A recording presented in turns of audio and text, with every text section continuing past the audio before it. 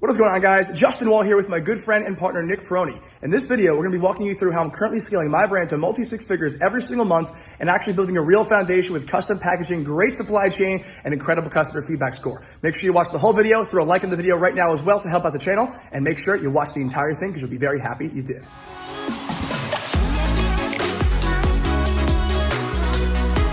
You know, it is no longer 2020 or 2021, right? Obviously, you could still get massive screenshots very, quickly and, over certain amounts of time. But more now than ever, okay, it's consumer based, okay? It's actual experience based. It's Facebook experience based, okay? It's no longer, just try to scale with the high revenue immediately. You're supposed to actually focus on consumer satisfaction at this point, quick shipping times, and giving the people who are watching your ads on Facebook a good user experience. That's how Facebook is ranking you these days. It's not just based on your likes and engagement, okay? If it's a poor user experience or because you're flooding the engagement on the actual ad with, page post engagement ads. It's about actually giving the end user a good experience as they watch your advertisement, okay? High quality, high feedback scores on your Facebook pages has never been more important. Okay, quick shipping times has never been more important. User-generated content has never been more important. Now, more than ever, is the time that you actually need to go above and beyond with focusing on a real foundation and not just focusing on large volume scale. Okay, quite frankly, lots of people love the huge screenshots and 100K days, all this great stuff, right? And that happens within time. But quite frankly, one of the most important points that we have to realize here is we need to build a foundation before we actually build our house, right? And now more than ever is that really, really important, okay? So, 2016, 2017, 2018, 2019, 2020, you could be able to go ahead and launch products and get to 40, 50K a day within a matter of weeks, right?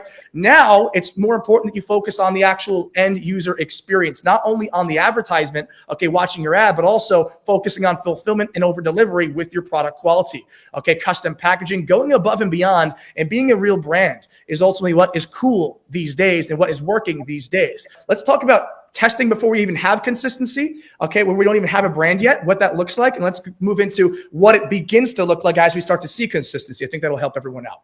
So first and foremost, anyone who's been watching us, right, we use the 2020 rule. The 2020 rule is getting 20 products ready to go, okay, assets built, product, landing page, copy, thumbnails, everything for 20 products. Because let's go ahead and manage expectations real quick, guys. Your first product, in many cases, will not be a winner. We've had that, okay, many times, or so have our students, but you have to manage your expectations. It's not the commonality where your first product will be a winner, okay? And you have to manage your expectation properly. And that's what too many people in the game don't really push forward, is actually managing people's expectations. And that's why, people will test your products, be new to dropshipping and say, oh, it doesn't work, right? Because they don't have their expectations proper. So I want to go ahead and set proper expectations for everyone watching right now. You have to be committed to the game. Okay, because this works clearly and you just got to be committed to it and know, look, your first product will probably not be a winner. And you could just go out and say it's not going to be a winner. Okay, even though, yes, it could happen. It's happened many times to us and our people, but you should manage your expectations properly. And that's why we go ahead and build up 20 products before we even do anything. Because I know, even though I've been in the game where I've been selling online for who knows how long, okay, I know that if I'm building a list of 20, like my first product probably won't be a winner. Even though I'm very experienced, okay, probably won't be. There's a chance, yes, but I want to go ahead and move forward consistently and properly, which means that your consistency is built off the momentum of how you're testing moving forward. So if you're building a list of 20 products, targeting sheet, video, landing page, copy, and having it all done before you spend a single cent, and then ordering it from highest AliExpress order count to lowest AliExpress order count, you're allowing yourself to have the highest hit rate, okay, because what really your pixel wants is that momentum of purchase pixel data constantly going and constantly being fired, okay? And that's what works well for us, is preparing ourselves in advance, okay, for the actual path ahead. And that's why it works so well, because you're constantly moving forward and testing one product at a time, one after another. You can hit it on your third, 6th, 9th, or 11th, or 5th, right? And quite frankly, if you're doing great product research with multi-platform validation, which what that means is looking at YouTube, looking at eBay, looking at Amazon, looking at AliExpress, cross-referencing different channels that give you similar data to say, hey, this is doing well here, here, and here. I want to go ahead and market this product and put it on my list. Build a list of 20. It's kind of like waking up for school in the morning back when we were in high school, right? You set your clothes up in the morning because you want to set yourself up for success. You don't want to wake up and then put like your head through the sleeve or wear the wrong clothes, right? You want to look good in high school, right? So you want to go ahead and set yourself up for success, okay, the day before. And that's kind of like how the 2020 rule works. Okay, and with that being said, when you have these 20 products ready to go, you should be testing one at a time. Okay, don't be testing 3 or 4 or 5 at a time. If you're not experienced, test one at a time. If you do have some experience under your belt, maybe 2 to 3 at a time, you got some ad spends tucked away as well, you could do so. Okay, it's what we like to go ahead and do. But when you're first starting to move in this process, do one product at a time and start to understand the KPIs, CTR, CPM, CPC, etc., and start to understand how these things perform and how to read them, right? And quite frankly, what the store looks like when you start to populate all these products is, I like to start off with a generalized store with a bit of a niche down touch. For example, general products on the store, but I like to go ahead and a lot of the time do a tropical theme. On my logo will have like a palm tree in it or something like that, be something called like Windy Cabana or something like that. Okay, that was actually one of the names of one of our previous. Okay. And quite frankly, what happens here is you begin to have more of a niche down brand appeal while still having the actual ability to have a general store and test other products. It's just that the vibe and the aura is a bit tropical and it makes you feel a bit more brandy on that store, even though you're testing multiple different items. And quite frankly, your homepage should kind of correlate that same ideology, having some more consistency on the homepage with the similarities of the products there. You could still sell cat food on a, let's say, share store, but because your cat food's not on the homepage, it's on the back end where you're testing, but your homepage should look more brandy. So overall, in short, start with a generalized store with a niche down touch, and then begin to move forward with the 2020 rule to gain consistency and momentum. Because the most important thing in this game is you building a momentum and consistency in the early stages of your testing. And that's why you building up a list of 20 assets and 20 products is so important, because it allows you to actually maintain that consistency and not be discouraged after 1 or 2 products doesn't work. I've always seen people generally not give enough credit to how far one single video can scale when you nail it, when it really works. I mean, you can scale, and it doesn't always happen, but I'm saying you can. You can scale into $1 million in sales with one video, 10 million, 15 million views on one video. So what are some pointers, I guess? We don't have a visual representation, but just some things that come to your mind that stick out when you've seen videos that work for Facebook. I love it, Nick, because I think that's definitely like a point that not many people think about. Like usually when you scale super fast and super hard, it usually is one video. It's not usually like 2 or it's usually one video that gets most of the traction. So that's a great point there. And one of the main things is you have to have the proper voice, okay, and proper focus in this video, okay, the proper actual guidelines, okay? And one of the main things is not only having the proper voice and having the proper marketing language to speak to the consumer in that marketplace, okay, you should also be very, very shoot focused. What I mean by this is try to have really unique footage, okay, really unique footage that people haven't seen before, okay, that goes a bit more in depth and shows the benefit and the usage of the actual product, okay? Alongside that, no one will sell your product better than someone else, okay? And quite frankly, having UGC, user-generated content in there is one of the most important things to have, because that's when people start to say, hey, wow, this makes sense. This individual is liking it. Okay, that's why influencer marketing is a big thing now, okay, because influencer marketing is showcasing, look, this person in this industry who's very, very equipped in this market is loving the product. They're using it and they're on camera, literally loving it. And that's what's one of the most important parts. It's not just showcasing random footage. Unique footage that shows the benefits, okay, that shows the actual experience of the product, having the proper voice, and having individuals actually showcase their love for the product, okay, especially if they're an influencer in the niche as well, okay? That's so important. And one of the most important things as well, okay, is being content focused. When you actually do nail that one video, okay, couple it with remarketing ads, okay, around it with the same ideology and same kind of focus as well. One of the most important things is not having your cold traffic ad be one thing, and then your remarketing be a completely different story. Make it all brandy. Make it all one umbrella. Okay, people want to go ahead and see the same type of ideology, the same colors, same types of content for a certain brand, because it begins to give you more brand equity for who you are, and people begin to recognize you more. Okay, omnipresence is huge, and if you hit someone with a cold traffic ad and you hit them with more in-depth versions of that ad that go deeper into different points.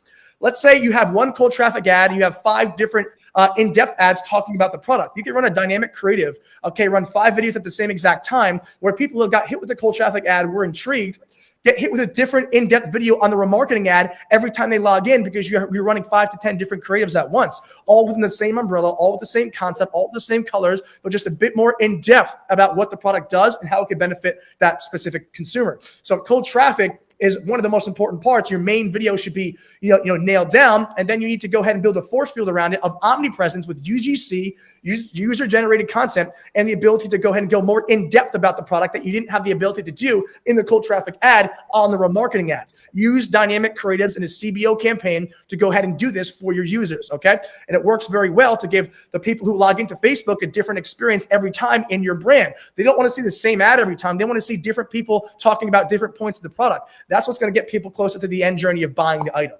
When you're up in the multi-million views range, you're talking about a massive audience of people that may have viewed 50% of your video, but didn't take any further action or didn't make it all the way, through the actual steps on the store. But you can still break that audience down by targeting the video view buckets to show them content as well that might push them over the edge and then bring them into your store.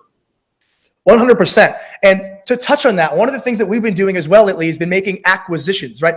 Buy Instagram accounts, okay? Buy assets for your brand. One of the most important things is, like, if you own your assets, you don't have to rely on, like, listen, we still love ad traffic, okay? I love ad traffic. I always will. But when you have the ability to go ahead and have assets of your own, Instagram accounts, groups, pages, all these different things to utilize for your business, it's impeccable. And quite frankly, because you have the ability to go ahead and connect your Instagram account and remark that people have actually participated in liking, commenting, whatever on your Instagram is huge, okay? So don't underestimate, like, the power, ladies and gents, of acquisitions or building actual accounts as well to go along with it. Let's say you're an established brand, you're doing 50K, 100K a month. Go buy an Instagram account in that niche. Okay, you're that's growth hacking. Okay, seriously, get it. Like, seriously, and then you can start growing and building a user base there. Of course, you're gonna have to go ahead and get more consistency to get people on the same page as you. But when you have an Instagram account like that, you can connect it to your actual Facebook ad accounts that we're marketing people from it as well, which is huge if they're in the same market as you. So acquisitions is huge when you start to hit the big numbers, and I think that's one of the biggest things that we've learned over the last few months or years out. Last year and a half is we've been making acquisitions, and that's what's really helped us. And one of the main things as well is kind of like knowing who your consumer is, right? You could definitely put in some surveys on Instagram. Like, it's not only good for, like, ad traffic, it's also good just for, like, get connections with your people, like, be in the mix with them and build relationships and just learn more about your people. That's one of the most underrated things, I think, is just straight up asking the people who buy from you, like, hey, what do you want? Like, what do you not like? Like, what do you want? What do you not want on this store? What extra products do you want to see? What else are you buying? Like, walk us through what you like and who you are as a person and what you want to see on the store, because we'll make it happen for you. And I think that's huge as well. What that can actually lead to as well as more money for your stores. That's what I'm trying to say. More money for your store, because when you figure out, say, like a very specific example of a product that I sold that was missing something that people really needed to get it to work. Like it came as an attachment, but it was like a piece wasn't being included for some reason that we started to learn from people, like, hey, I need this to fit this. So we sourced it together and then we charged more money, right? So the product went from being a $50 product to a $70 product. It included more. It made people more happy. Our margins went up because it only cost us like an extra $3 or $4 to actually source that product. And that helped us scale to bigger months as well by, just listening to the feedback that we were getting. Right. And that's such like something that's so kind of like, common to us, but we just don't kind of think to go ahead and do so much. Right. And when you do that and you find that little piece or that little product that ends up changing the entire experience, you have a different business on your hands now. Your AOV is higher, the people are happier, you're making more money, right? You have another upsell or another cross sell, right? It changes the whole journey of the buying process, and that's huge, Nick. And I'm so happy you brought that up. One thing I'm curious to ask is your approach to using ABOs and CBOs and how you like to kind of diversify your budget when you're working at scale. The purchases are coming in, the metrics look good. How are you putting more money into it? Okay, so this is something that I'm really passionate about, because I literally remember I told our students this on Sunday. I remember building out this whole flow when I was going to Block Island one day because I didn't want to do a lot of work. I ended up working every day anyway, but I wanted to have something that was really consistent that allowed me to kind of like go to the beach and stuff and not have to redo my ads and stuff. So I was coming up with all these different strategies and systems like a week in advance to go ahead and see what was consistent. And I came up with what is called the farm system. And quite frankly, it's one of the most consistent systems I've ever seen in the game. And it literally works to this day extremely, extremely well. And after algorithmic targeting, we are launching Micro Big Bang. Micro Big Bang is all of our custom audiences, 1 to 5% lookalikes created from those custom audiences each, which means you have around 100 to 150 audiences a pair. Okay, you're launching them all in the same campaign. Okay, in an ABO campaign on a $1.50 budget. What's happening here is you're training Facebook to go ahead and get you lower cost per acquisition. Your ROAS is going to be through the roof. You have like really good ROAS because all these audiences are on $1.50, and you're setting up yourself for a consistent foundational trend. Who here does not like that volatility every day of large budget ABO campaigns that you have all so often? Setting a foundation and creating a foundation of low budget audiences allows you to actually have more consistency and less volatility, higher ROAS and higher margin off the bat. And this is training Facebook to get you low cost per acquisition. That's Micro Big Bang. That's one of our best strategies that we use to date, part of the farm system. We're also using, after that does well, after a 5 to 8 day slow cook, we're going ahead and use Big Bang as well. Same exact campaign duplicated over to be on $5 budget as opposed to $1.50. Okay, what's happening here is Micro Big Bang, we cook for 5 to 8 days since it's lower budget. Macro Big Bang with $5 budget, the same thing. We're cooking for 3 to 5 days, okay, because it's a bit of a higher budget. What you're doing here is you're having your actual algorithmic targeting campaign set up, your duplications from the audiences that did well before, your remarketing, your Micro Big Bang, and your Macro Big Bang. What does this mean? We actually have a real foundation and a real business here that doesn't just rely on one actual ad. Putting all your ad spend into one ad is like buying Tesla at the top, okay, and then putting a foundational approach in your actual advertising is like buying the S&P. Okay, because when the market crashes, the S&P comes down a little bit, okay, but the Tesla's going to tank, okay? You want to set yourself up for success and consistency, and that's exactly what this does. It allows you to maintain consistency and actually scale thereafter predictably. And following Macro Big Bang, we're then taking our top micro and macro audiences, top 3 to 5 from each, and putting them into a CBO campaign. 1 CBO from macro, 1 CBO from micro. What happens here is you take your top 3 to 5 audiences, let it run for the first 24 hours. A lot of the time, the first 24 hours, you'll break even or profit a little bit. CBO is optimized on a campaign level rather than an ad set level. So this is why you want to keep it on for a bit longer than an ad set. And it'll optimize. The next day, you should actually start to see some profitability if your macro and micro were profitable as well. Very, very consistent that you see a CBO that's profitable if your micro and macro are also profitable. But what happens here is every single day the CBOs are profitable, I like to increase by 20 to 50% of the budget. And that allows me to constantly scale up. And what CBO is a vertical scale vehicle. Okay, algorithmic targeting is foundation. Micro Big Bang is foundation. Macro Big Bang is foundation. CBO is our vertical scale vehicle that allows us to scale higher revenue while we still have the ability to have other audiences farming and getting optimized as we scale. Because not always will the CBO always be profitable. Sometimes you have to go ahead and kill off audiences that the ROAS is tanking. Therefore, you turn off certain audiences, delete, and then replace them with the farm, which is some micro or macro audiences that have also proven themselves to have high ROAS. Put them into the CBO, and this is a system that could be recycled for months on end. Quite frankly, on our brand, we've been doing like the multi-6 figures. We haven't touched the ads since like start of December because of how consistent they are, okay? And that's why I love the foundational approach, because we're able to kind of constantly build consistency, not scale through the moon right away, build a real brand, get good feedback scores, show our processes we're legit, okay? And then when we're ready, we can easily go ahead and raise the budget and scale higher. But that's not what we want to do. We're focused on this thing for 5-10 years from now, okay? We're showing PayPal. We had a hold on PayPal. PayPal undid our hold because of this, because we showed their consistency. Okay, so imagine having a hold on PayPal, frustrating, right? But then undoing the hold because you proved to them that you are legit. And that's why this works so well, is because it's no longer about overnight scaling. It's about long-term consistency, and that's what will make your business a brand and what will make it so you have an actual asset to pass on to whoever you want to down the road, okay? You're going to be able to build this for years and years because you're doing it the right way and you're being patient. So there you have it, guys. That's exactly what we're doing to actually scale our businesses to over 100K a month every single month and further as well thereafter. Be sure to throw a like in the video, subscribe, hit the notification bell, and I'll see you in the next video.